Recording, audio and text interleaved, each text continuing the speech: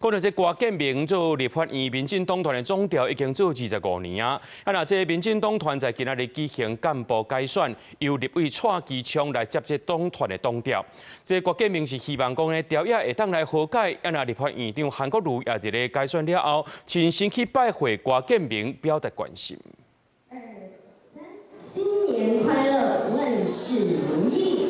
亚杯第一，立法院理事举行新春团拜，同一日也是民进党团干部改选日，郭建明的总调电进之路，面临前立法院副院长蔡其昌的挑战。对可能是最后一摆以总调身份致辞，郭建明毋忙各政党和解。国民党团总调卜坤基送温暖，感谢郭建明多年来辛劳。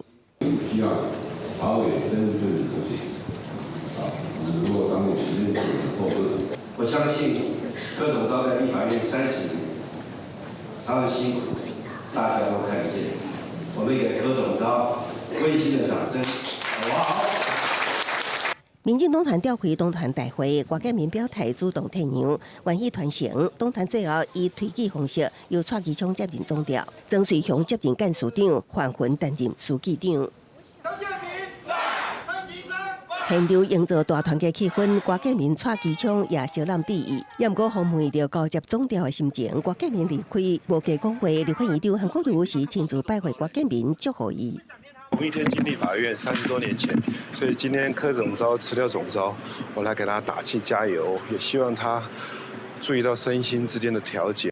郭建明担任总调25年来，经过几啊摆的政党轮替，跨过前总统李登辉到现任总统赖清德，伊投入真侪摆国会攻防，见证国会变革，像伫海空战略提升特别条例，批评国民党反对国防来抵进口经济，伊也亲自解说民进党过去反美股。郭建明也批评在野毁宪乱政，也毋过去年大罢免失利了后，赖总统捌表态，总调改选爱符合社会期待。郭建明面临党内逼宫，今嘛总调生涯结束，也代表郭建明的时代结束啊。